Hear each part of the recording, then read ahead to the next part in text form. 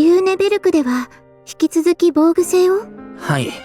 先の戦争では多くの方が戦死されました。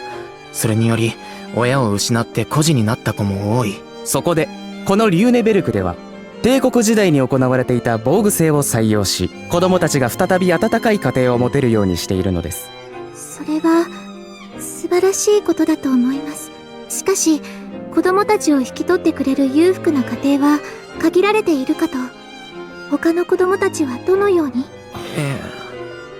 そのための私たちジャービス育英会でございます。新しい家族が見つかるまでの間、私たちの下で子供たちを預かっております。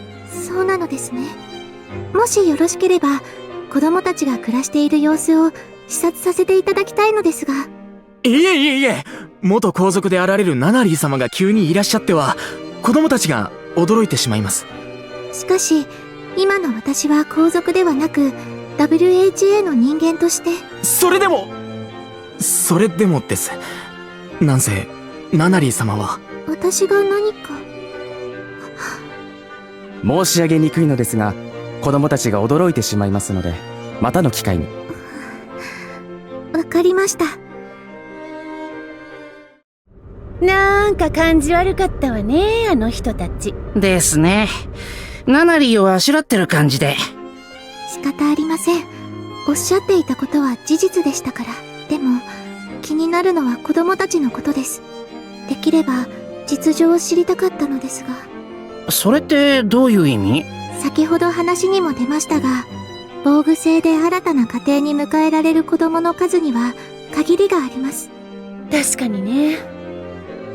貴族が家族を失った孤児を養子とするのが防具制だけど、養子を迎えられるほどの裕福な貴族は限られているもの。特に貴族制を廃止した今となっては。はい。支援制度が整っていない国の孤児は犯罪に巻き込まれることが非常に多いですから。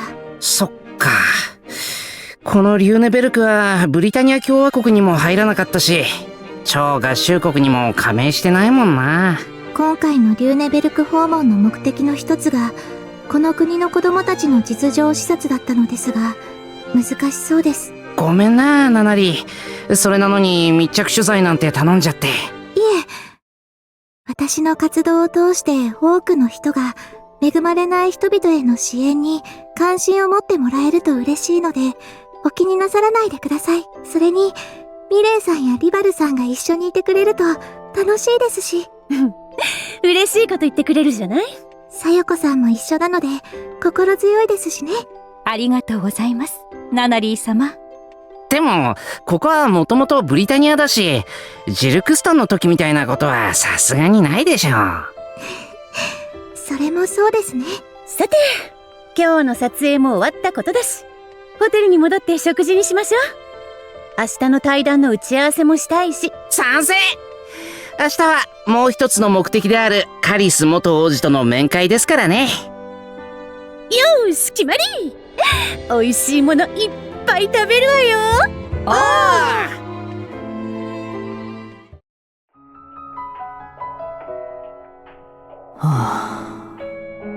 どうした？飛行機に酔ったのか？いえ、そうじゃないんですが。あいつと何かあったのか？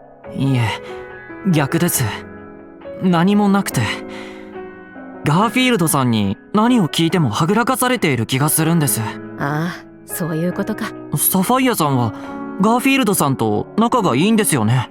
バディを組んでるみたいですし。仲がいいとは少し違う気がするが、長い付き合いではあるな。ならガーフィールドさんのこと教えてもらえませんか？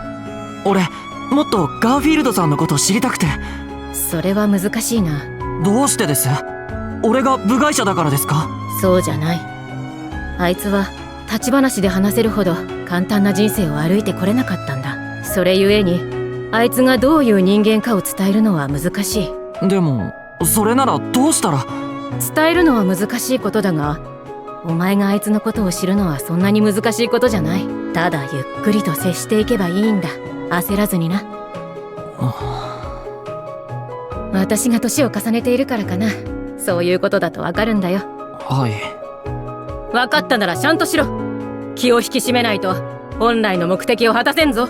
はい、俺顔を洗ってきます。やれやれ、私ももっとうまい助言ができるようにならんとな。サファイアさんの言う通りだ。気を引き締めないとフライデンを助けられない。集中だ、俺。